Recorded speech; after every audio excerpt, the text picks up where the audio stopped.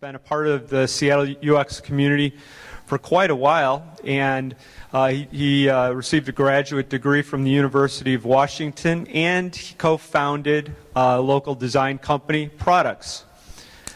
He's involved with developing a lot of different things for a lot of prominent companies, so I would like to introduce Charlie Claxton.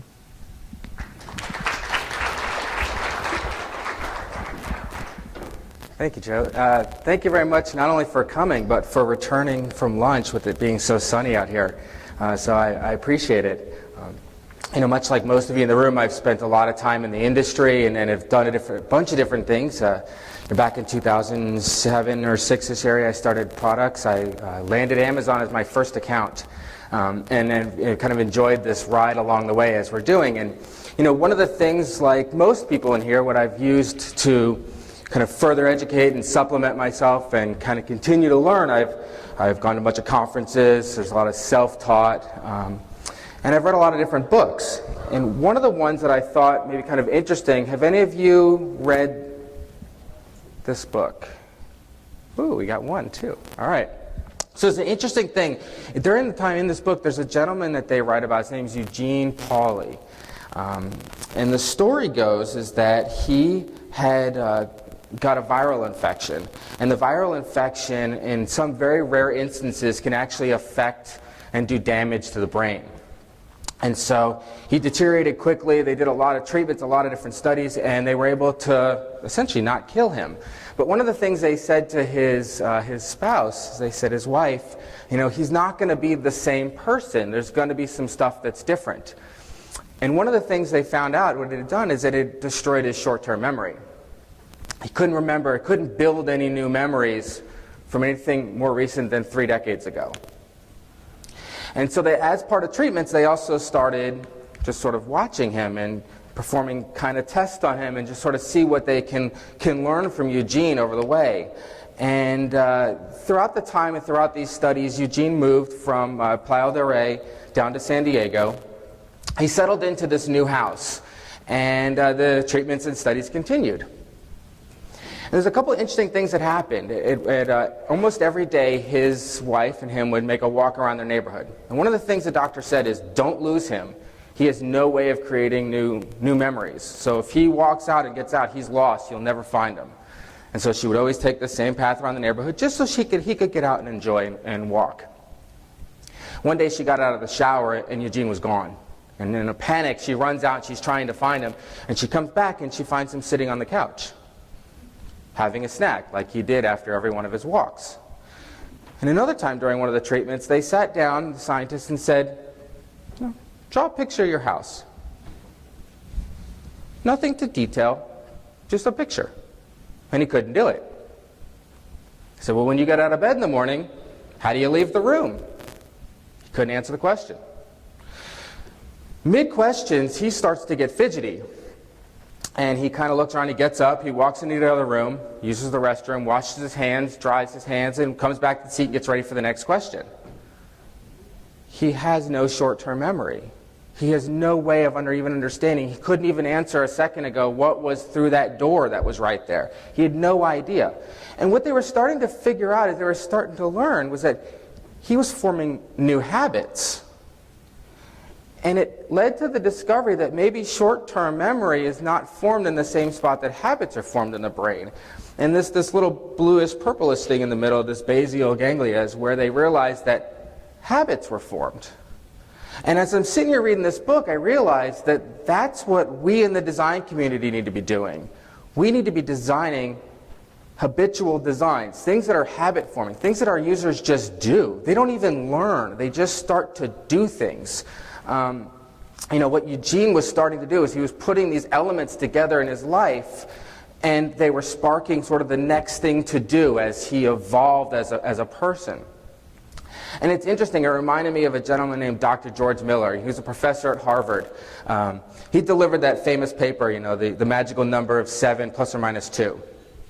And during that paper, one of the things that opened up was this new field of cognitive psychology. And guess what's at the root of habits? Chunking. And chunking is at the root of this plus or minus 2 thing. And so if you think about it, during the day there are dozens, if not hundreds of behavioral things that we chunk together that we rely on for everyday life. One of the big ones is driving, right? And obviously, the better you are, the more enjoyable it is for your audience, but it's a set of complex things. And remember back to when we were all first starting to drive, 15 and a half, 16, whatever the age was, wherever you grew up. And you pull out of the car, the driveway for the first day, and you put the car, you sit down, check all the mirrors, nervously put the car in reverse. You think about how much pressure do I put on the gas? Do I take off the brake? And you slowly glide back. Now half of us get in the car, turn on the radio, half the time we're on the phone, and we zip out of the back. We don't even think about it. There's these habits that we've formed that over time we just continue to do, and there is no thought process behind it. We just do it. And ultimately, at the end of the day, what we in the design community are trying to do is find the right packaging of content. But we need to do it in a way that we can strike an engagement and an interaction we're looking for from our audiences. And so typically when I'm in consulting, and so we get a bunch of different fun projects to be a part of, and typically on each one, we sort of embark on this treasure hunt. And we're looking to figure out what we can do to produce an experience that our audience will find irresistible to the point of habitual. Right? And one easy way we can do this is we could just find someone else that did it really well and duplicate it, because we're pretty much guaranteed success with that one. And so knowing that probably is not going to work too well, we need to figure out how to get to the core of our audience and what they do and what they think and how they interact. The problem is we're not mind readers. So how do we do this? Well, if we're fortunate enough, we can run focus groups, formal and informal. We run usability studies throughout this, and we try to decide where the sticking points are and what can we do to, if not eliminate, reduce as many of the sticking points as possible and design an engagement that resonates. But sometimes we don't have the luxury of research or studies. Time, budget, who knows? But a lot of times we don't get that luxury to be able to run a full study and understand how our audience thinks. And so we would normally rely on persuasive techniques. And persuasion is at the core of rhetoric. And rhetoric, we know, is the art of discourse. The problem with rhetoric is that it's typically associated to politicians. And, salespeople have the ability to sell us a product we actually look like idiots using, and yet we still buy them. And so, but persuasion and techniques and rhetoric's all around us. I have two small kids, a 2.5 and a 4.5. I walk by a restaurant that looks like this, we're not stopping. Nothing good's going to come out of this meal. I don't care if there's a kid's menu or not. We're moving on. All the different visual cues that this place has laid out for me, I actually can pretty much guess how much this dinner is going to cost without even looking at the menu. And this isn't anything that's new, though. This has been around for 2,500 years. This is a classical art form formalized by Aristotle. It was the study and performance of persuasive speech techniques. And what we find, according to Jeffrey Altman, he wrote this great book. It's called The Customer Thinks. It's the essential insights into the mind of the market. 95% of cognition occurs in our subconscious mind. What we find is that carefully selected text can actually reach our subconscious without us even realizing it. There's an interesting test by a gentleman named John Barrow. He was the professor of psychology previously at NYU. He's now over at Yale. And he had this test, and it was called the scramble sentence test. And this is how it worked. He would start with a set of sentences. There were 5-word sets. And he wanted you to make grammatically correct 4-word sentences as quickly as possible. But what was going on is there were carefully placed words within each one of the sentences that would adjust the behavior subconsciously of the audience. And he ran this multiple times. Different types of words. He'd find the audience get agitated. They would feel old and lethargic. Just by placing words they didn't even realize were there, that were inside the text, and it was reaching into the subconscious of the audience. And he ran this multiple times, and he found out these really interesting things he could do to his audience. It's a priming experiment. It's been done numerous times. And as we realize, this is, once again going to our subconscious, and we have these what are considered cognitive biases. And these were first introduced in 1972 by, and probably one of the first many of the names that I will slaughter in this presentation, Amos Tversky and Daniel Kahneman. And what they found were these cognitive biases. And these were the experiments that they had run from heuristics that spread outside and beyond academics. And what they found were cognitive biases. These are those patterns of deviation in judgment, and they occur in particular situations. It can lead to inaccurate judgment, illogical interpretation of items. They're an evolved mental behavior that we have. And there are a lot of cognitive biases out there. And there's a couple, though, that are more commonly used that I'll discuss today. But realize there are tons of these. But one of the bigger ones is authority and trust.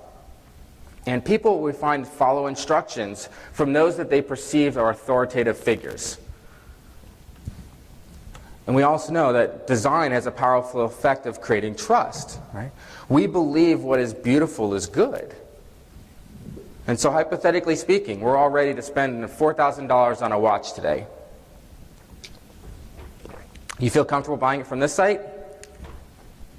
Or this one? It's not just resellers. Knowing your audience is important. Good design, it reinforces things. So in this case, with it conveying the brand and enforcing the authority of a given market, who do you think Swatch's target market is? Do you think it's different than Raymond Weil? Do you think Raymond Weil is possibly more expensive than Swatch, not knowing the prices? We have this halo effect.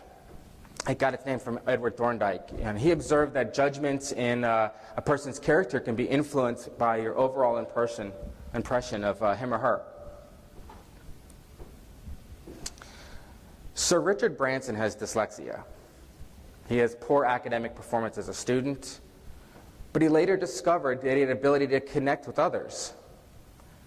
In 1950, he started his first business venture. He was 16. It was a magazine. It was called Student. In 1970, he set up an audio record mail order business. 1972, he opened a record stores called Virgin Records. He rapidly grew, and in the 1980s, he set up this Virgin Atlantic Airways. In 1992, to keep the airline afloat, he sold the Virgin label to EMI for about 500 million pounds. It was actually said that he wept on the day of the sale. The record business was the catalyst to everything else that he had done. And so later on, he actually started a company called V2, which was a re-entry back into the record industry. The Virgin Group now has more than 400 companies. He has a net worth of $4.2 billion.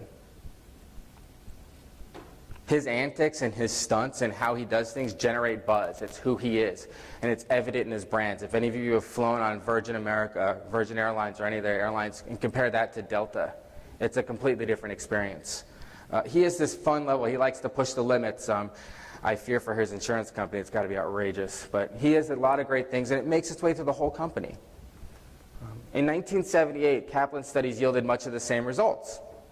And they started focusing on what was the halo effect. And Kaplan later actually found that attractive individuals were rated higher in qualities, stuff like creativity, intelligence, sensitivity, much more than unattractive individuals. In addition to these studies, Kaplan found that women were influenced by the halo effect more when it was presented with someone of the opposite sex. When presented with someone of the same sex, though, they would rate these individuals lower on socially desirable qualities. So what's attractive? Well, according to science, 18-year-old Florence Colgate over here is. The distance between her eyes, her ears, and her pupils is 2 to 1. The scientific ideal. The distance between her mouth is just another third of a distance from the hairline to her chin. It's another measure of perfect. So according to science, she has flawless proportions. According to People magazine, Matt Damon was the 2008 sexiest man alive. Or if you ask my wife, the only reason to watch any of the Bourne trilogy. We also have this concept of framing, and it's how you can encourage certain interpretations and discourage others. You remember Amos and Daniel from earlier? They also ran a set of experiments, and what they were trying to figure out is, could different phrasing to participants about a particular made-up disease and disease prevention, would they have different responses and different answers? So they created this fake disease. And they said 600 people were affected with this hypothetical deadly disease. Here's your options. Option A, 200 people's lives are saved. With option B, we have a 33% chance of saving all 600. And we have a 66 probability of saving no one. Option B is risky, so 72% chose option A, whereas 28% chose option B. In the second test, we tried it differently. In this case, 400 people die if you pick option C. For option D, 33% chance have no people will die, and 66% probability all 600 would die. For those of you fast at the math, it's the same answer regardless of which one you chose.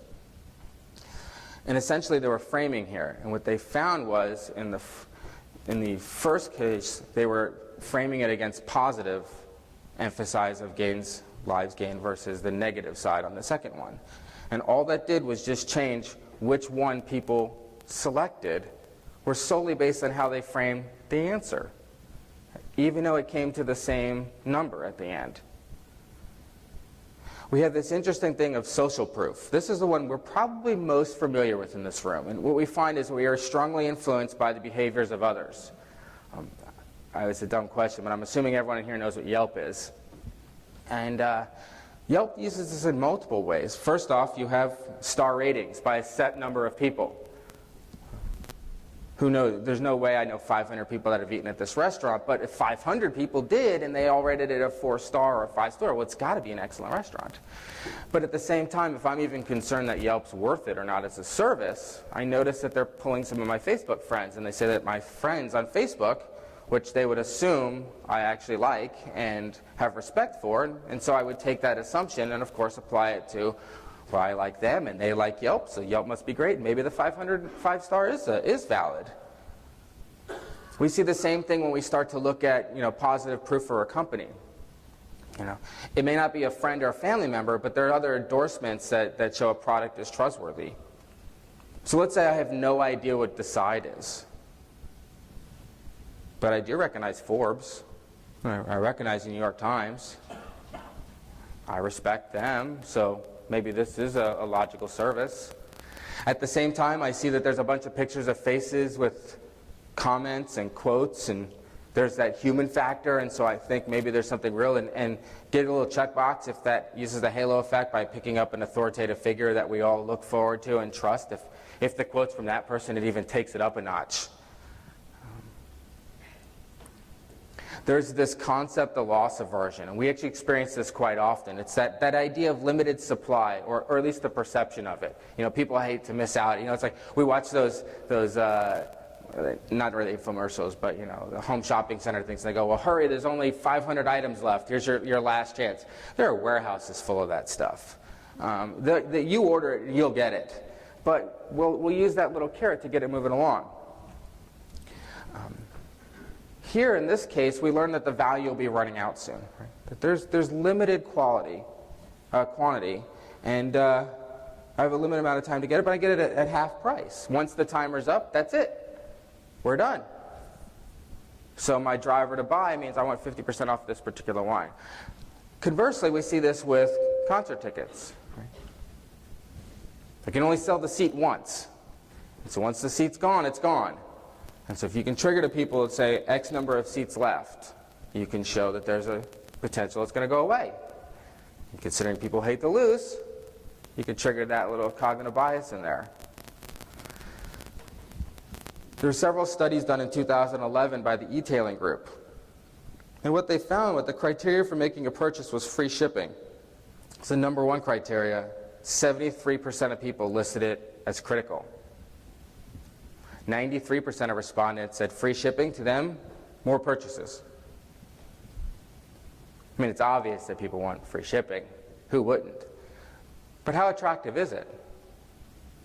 According to ComScore, orders with free shipping averaged 30% higher in value than those that just charged a few bucks. We had a client who actually rolled in the cost of shipping into the shipment of their product. Very, very small effect of the price and significant increase in number of sales. The concept of free goes a really long way. Another interesting find is that 47% of online buyers only buy discounted products, except under very, very exceptional circumstances. 62% of them actually explicitly look for sections that identify sales and specials.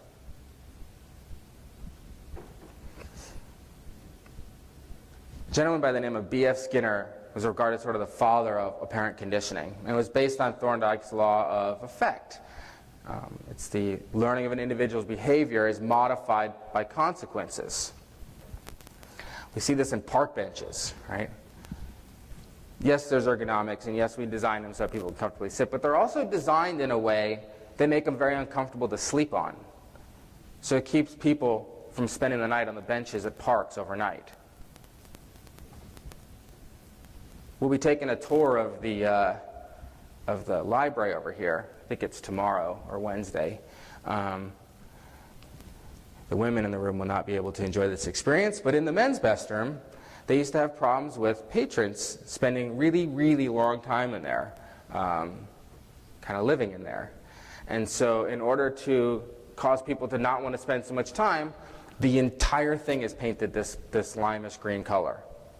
And it actually is an irritating color to stand around for that long. Like, you go in, you do your business, and you leave. There's no more camping out.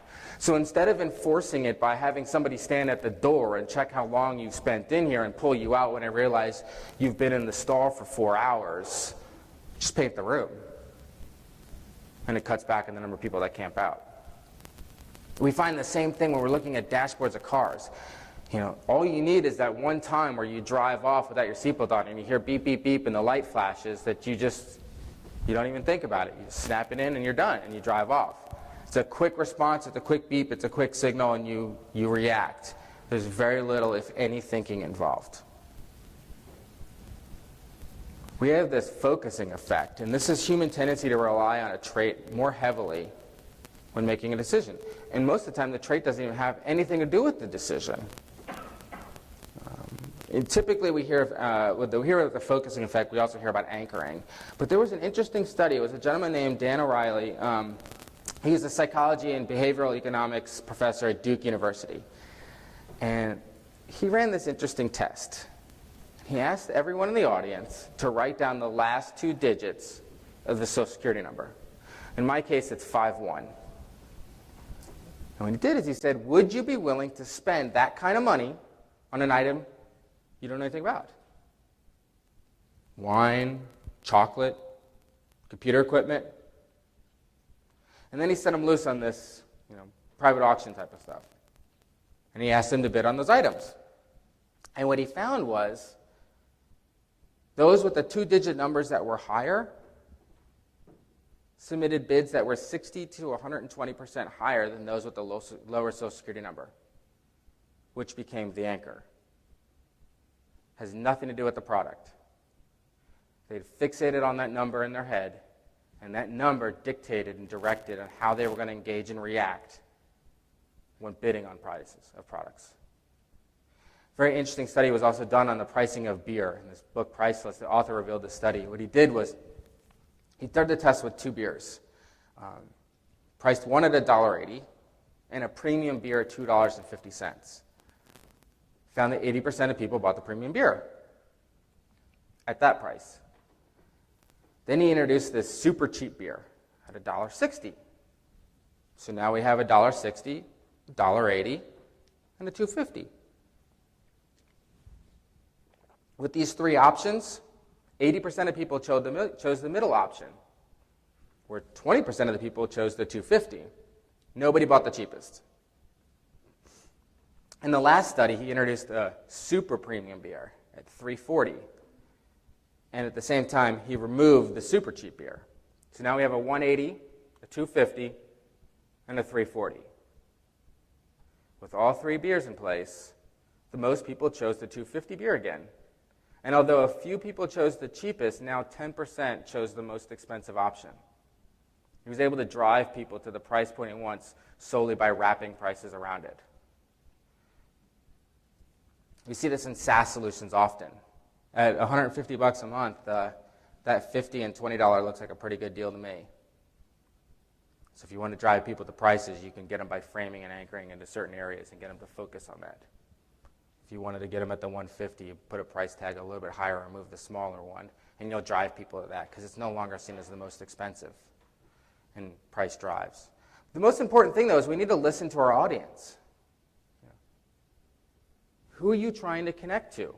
How do they behave? It's almost like we in our industry are these little private detectives. And much like probably everyone's heard at some point, they go, well, who's your customer? Well, everybody. It can't be everybody. There's no way. Do you really have an audience of 100,000 people that are supposed to use this? Because if so, this is like listening to a mob yelling at you. And you can't make out anything. And so if you design your site according to everybody, then you're going to fail. So maybe this is our audience. And these are the people we're trying to target. And we figure out what they want. And of course, first thing everyone says is, well, speed to purchase. I mean, that's what everyone wants. So we just want to drive them to the price and sell and boom and get out, right? We even hear about it as the 3 clicks rule. In e-commerce, the more clicks, the less purchased. What else do we hear? More times you click the back button, you're probably failing. So was it the number of clicks that mattered? Or was it something else that was caused failing? On the surface, it's a brilliant idea, the 3 clicks rule. It's one of the well-known UX cliches, and it makes perfect sense. If users can't find what they're looking for in the first clicks, they're likely going to leave. They'll probably be frustrated.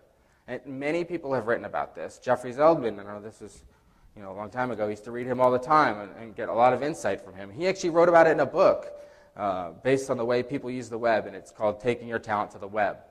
And he said the rule is, quote, the rule could help you create sites with intuitive, logical, hierarchical structures. Makes perfect sense.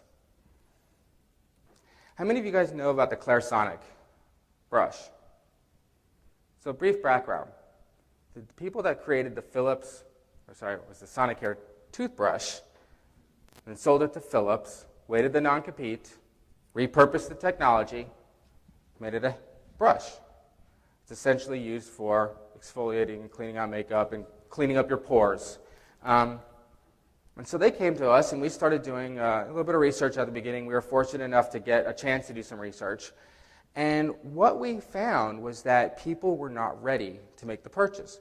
This was geared towards a target audience that was more than happy to spend the kind of money it takes to buy this thing on this product. But they weren't ready to spend if they didn't know it could fix their problem. And so what we realized, they were a product company. Big picture of the product, price, buy now. 3 clicks rule. What we did is we elongated the purchase process, used progressive disclosure in order to get people to understand every element of what they're getting into before they made the purchase. Notice the shop button is the 4th button in the nav. It's Discover Clarisonic. It's not Buy Now. By the time people made the purchase, well, that was a formality. I already sold it. They had already bought it. I just needed the credit card to finish the order. Within the first 30 days of launch, we had a 58% increase in conversion in e-commerce conversion. We had a 300% increase in sale of targeted products. Time on site went up 42% to over 6 minutes. It's about a $100 million a year company.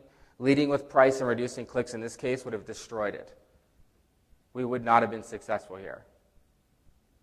So just know you need to understand your audience so that when you design the experience, you don't just reach in and pull out cliches because you think, I've seen it successful somewhere else. You still have to understand who you're selling to and what they're trying to do and what they're trying to accomplish, and then marry up the right elements. We see this, the concept, well, I know all these cognitive biases, so I'm going to shove them all in, or all these UX cliches that I've seen convert, and I'm going to push them all in there. It's kind of like the 11 on the amp in Spinal Tap. More is better. And they actually found that in this case, less is more. There were studies that showed that the number of more cognitive psychological elements that start getting put in the site, you actually start to have a converse effect on your outcomes that people are looking for. And so why is this important? Why are we even here today? According to eMarketer, worldwide online sales surpassed 1 trillion for the first time in 2012. That's up 21% since 2011. And it's expected to grow to 1.29 trillion in 2013. In October 2012, CNET put Android and Apple at about 700,000 apps in their market space, approximately, because the number is probably going up while we're talking, but it gives us a sense. And Microsoft was at about 120,000. Business Insider actually had BlackBerry 10, had 5,000 apps submitted in one weekend.